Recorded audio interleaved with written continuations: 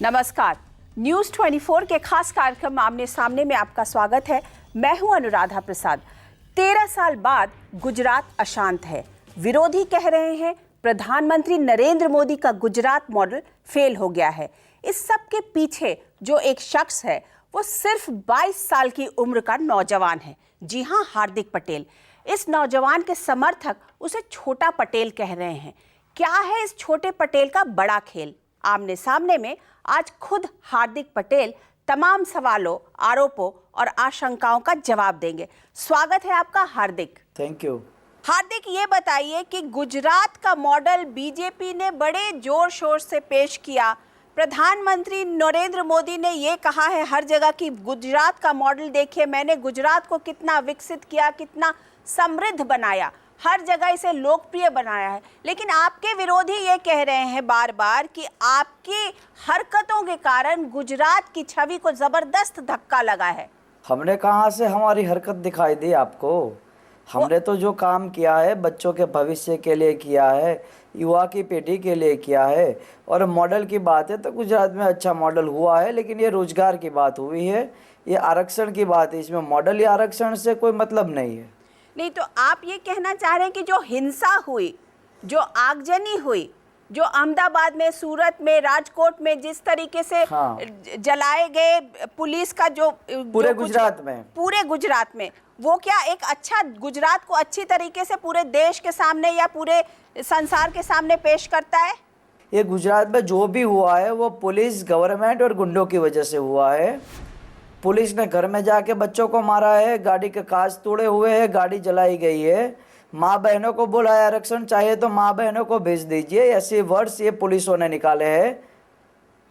और पुलिस ने जिस तरह से यहाँ बदतमीजी की है पूरे गुजरात में, पूरे गुजरात की पुलिस शर्म से झुकी हुई है।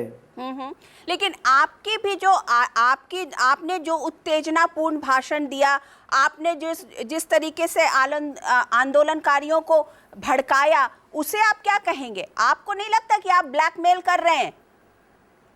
कौन सा ऐसा वर्ड्स है मैडम जी के हमने आंदोलनकारियों को भड़काया है? आपने उत्तेजना तो भरी उनके अंदर। खुलेआम आप आनंदीबेन पटेल को चुनौती दे रहे थे। इस तरीके से लग रहा था कि आप उनकी सरकार को उखाड़ना चाहते हैं। तो इसमें कौन सी गलती की है? हाँ, तो उसमें कौन सी गलती है? आनंदीबेन हमारी वजह से बैठे हुए वहाँ पर, हमने प्रतिनिधि बनाया है उन लोगों को, उसमें कोई गलती नहीं की ना। और हम हमारे हक के लिए उन लोगों से बातचीत कर रहे हैं। मान लो वहाँ कोई सरकार ही ना हो, भाजपा या कांग्रेस, तो बात किससे करेंगे? जो है उसी का नाम लेकर बात करेंगे ना। एक बात बताओ, आप कह रहे हैं कि आनंदीबेन, तो क्या आनंदीबेन सिर्फ पटेलों की रिप्रेजेंटेटिव है? अरे वो बीजेपी की कद्दावर नेता हैं, इतने साल तक नरेंद्र मोदी के साथ वहां पर मंत्री रही हुई है। आपने उनको एक राज्य के नेता को एक पटेल का नेता बना दिया है। मैडम जी, पहले वो पटेल है, पहली बात। दूसरे नंबर पे वो मुख्यमंत्री है गुजरात के, और तीसरे नंबर पर वो किसी पार्टी के मेंबर है। ठीक है, पहली बात कि उनका जन्म इस पटेल परिवार में हुआ है, तो महत्वपूर्ण बात है कि हमारी बातों को उन्हें गौर करना चाहिए, हमारी बातों को समझना चाहिए। दूसरी बात, वो मुख्यमंत्री है तो बच्चों पर मारने के ऑर्डर नहीं दिए करते। वो शूट एंड साइड के ऑर्डर दिए, लाठीचार्ज के ऑर्डर दिए हैं उन लोगों ने। लेकिन अभी बात करते तो बोल रहे हमने तो कोई ऑर्डर ही नहीं दिया। तो कैसे ऐसे पुलिस ठोक देती है बच्चों को? मतलब गवर्नमेंट का कोई नियंत्रण नहीं है पुलिस पर, ऐसा होता है।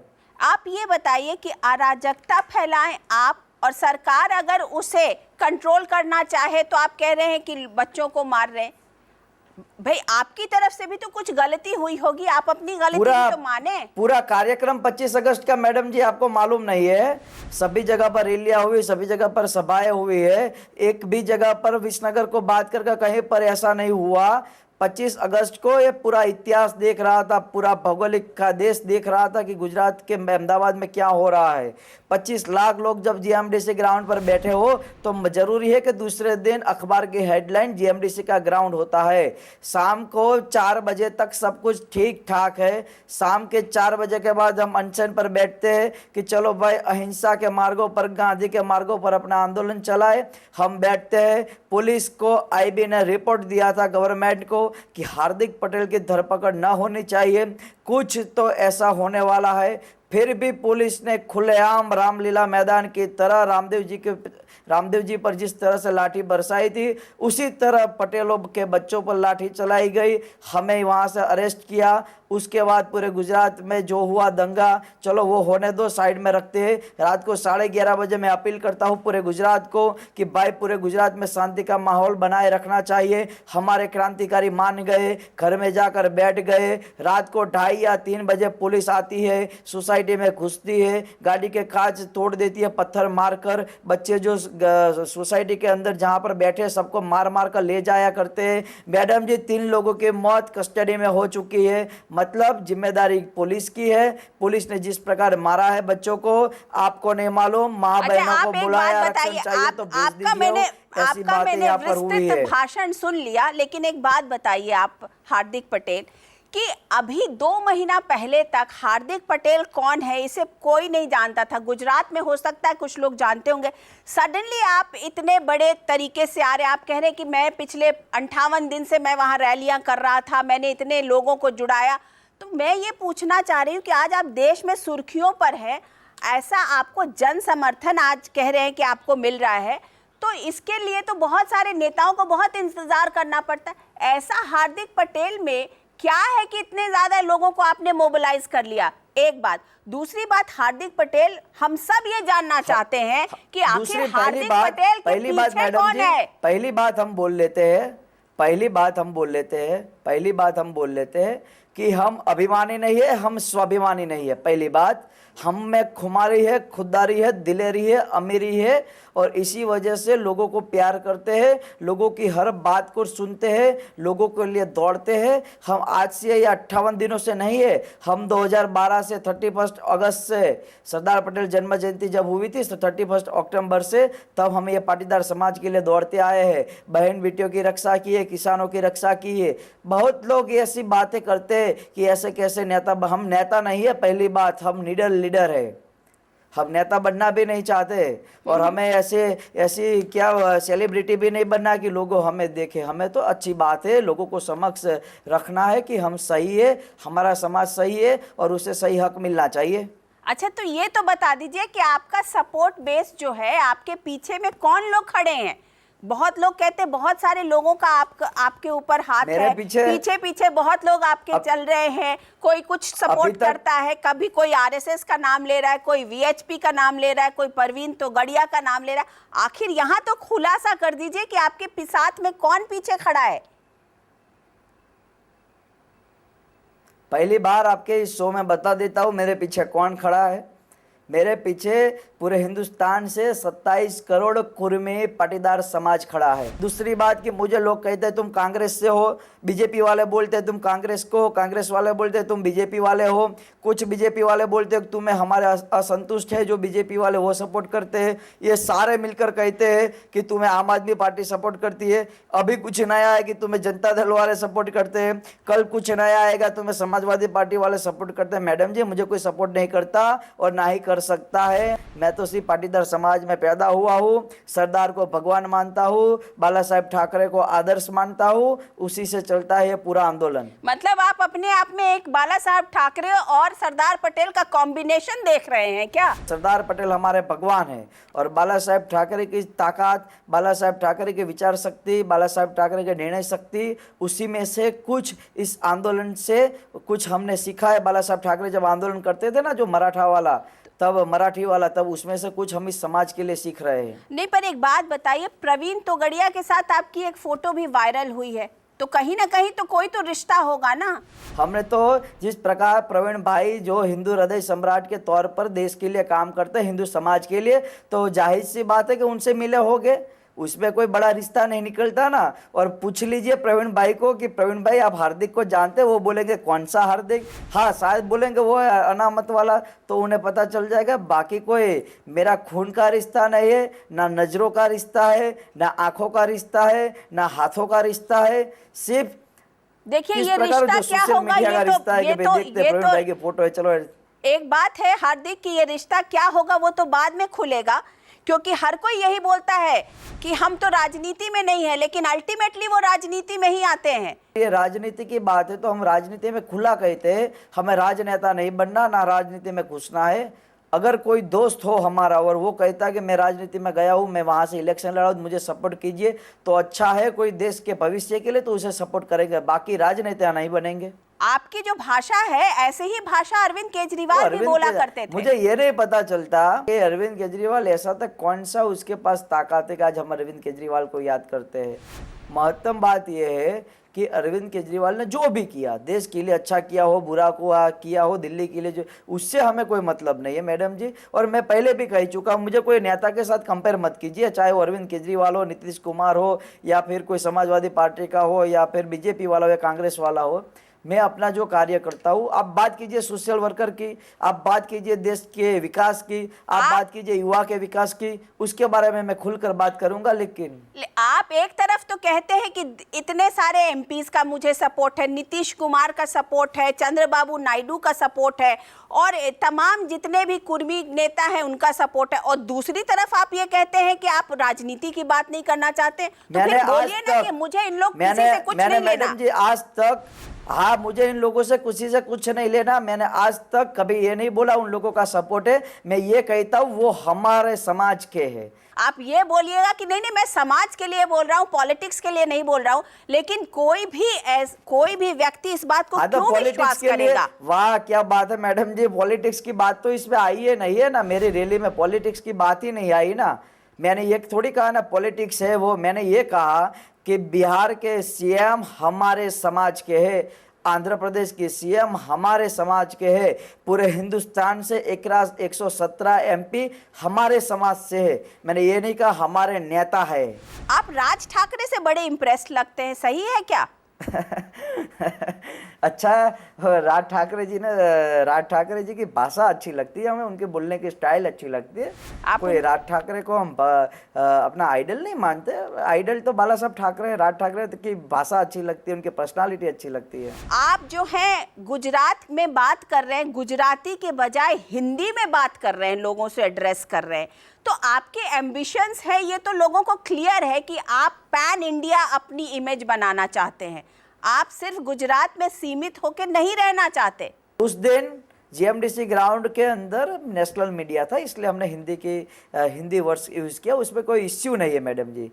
महत्वपूर्ण बात कि हमसे लोगों जुड़ कैसे गए, तो जुड़े इसलिए है कि आज तक हमने अभिमान नहीं किया, आज तक हमने कोई पॉलिटिकल बात उनसे नहीं की। हम पहले भी इस समाज से जुड़े हुए, समाज रक्षा में विश्वास रखते हैं।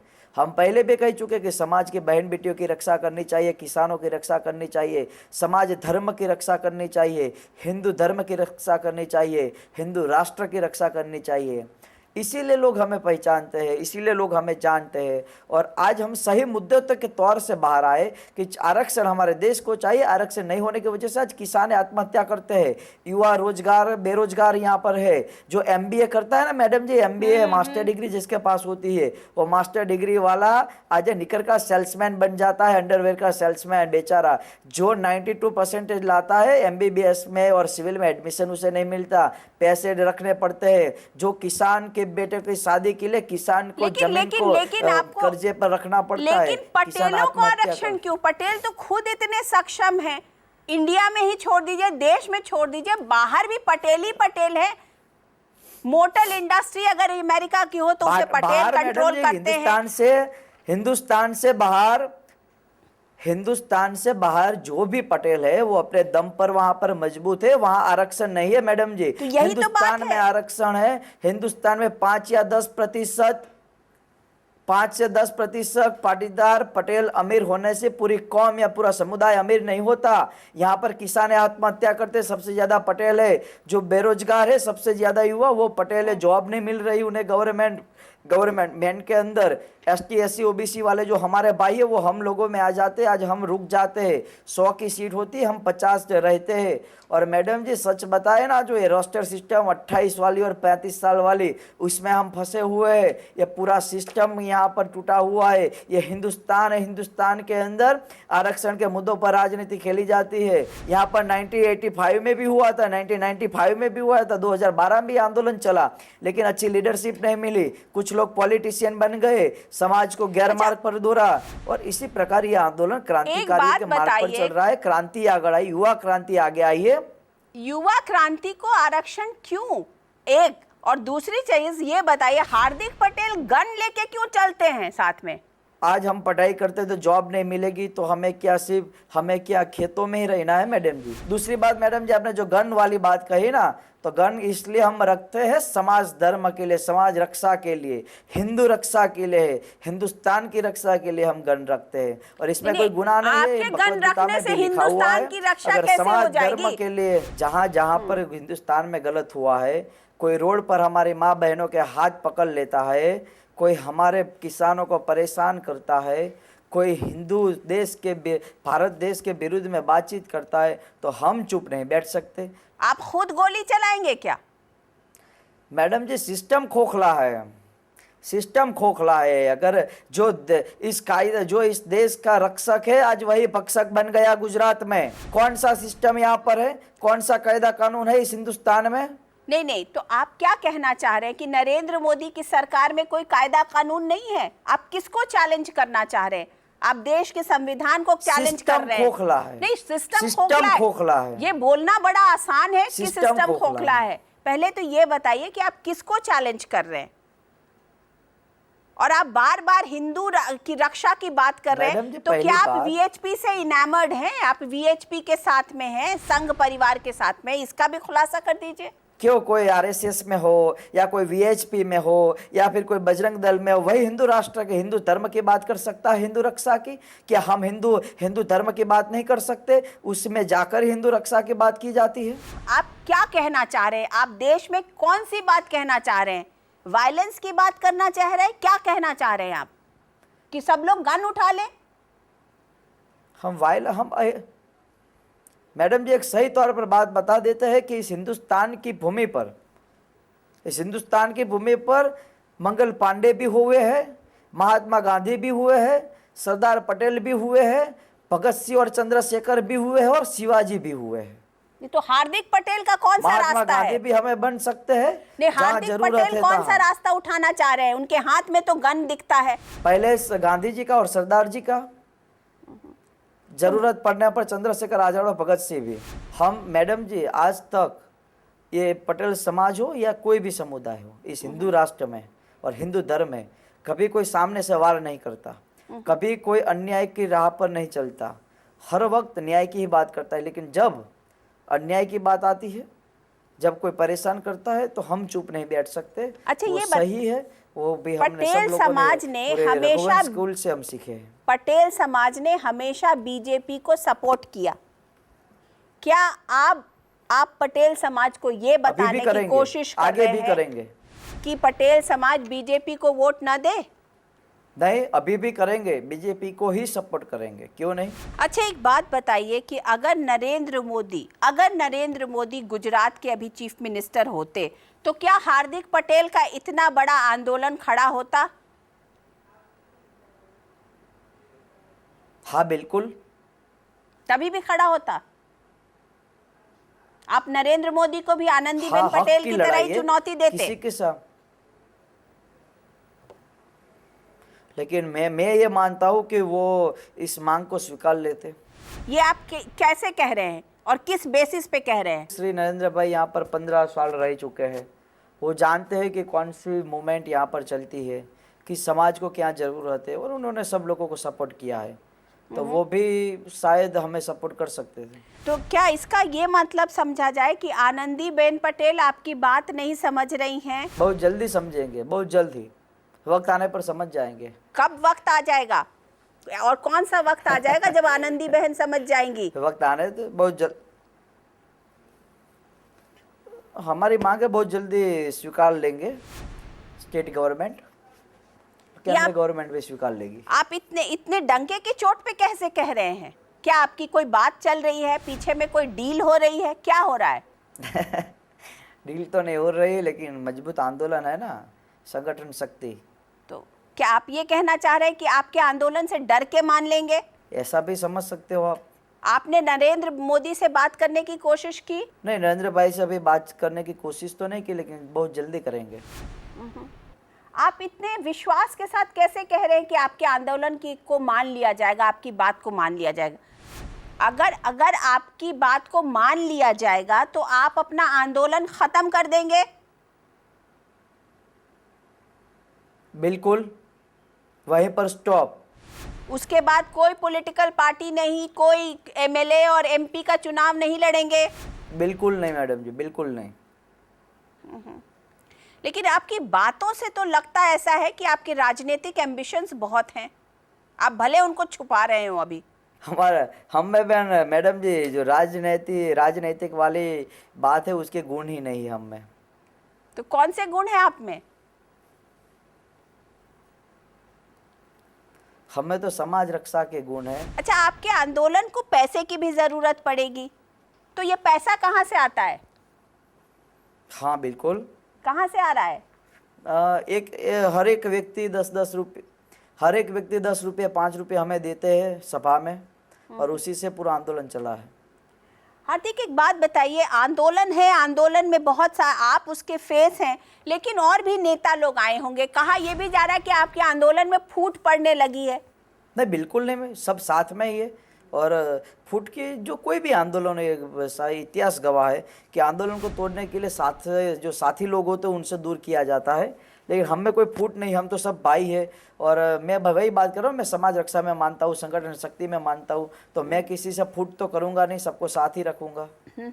गुजरात सरकार ने जो उस दिन कार्रवाई हुई उसके बाद डीजीपी से रिपोर्ट तलब की है कि शांति बनाए रखने के लिए प्रधानमंत्री ने भी अपील की है, तो क्या आपको इन लोगों की अपील वगैरह से आप इम्प्रेस्ड हैं? आपको लगता है कि आपको इनकी बात, प्रधानमंत्री की अपील की बात मान करके अपने आंदोलन को थोड़ा विड्रॉ करना चाहिए?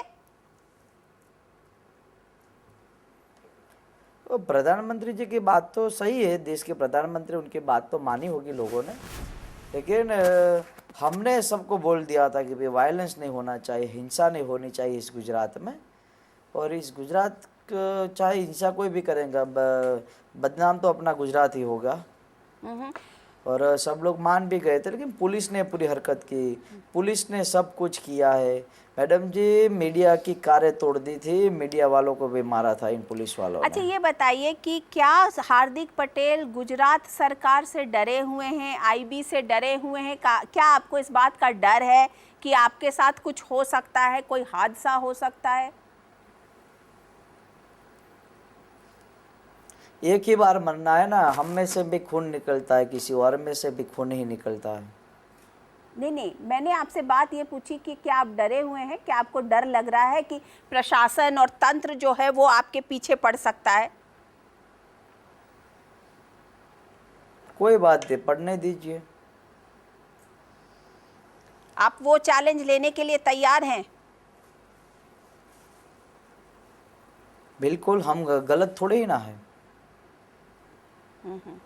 हार्दिक पटेल, न्यूज़ 24 में बातचीत करने के लिए आपका बहुत बहुत धन्यवाद। Thank you so much.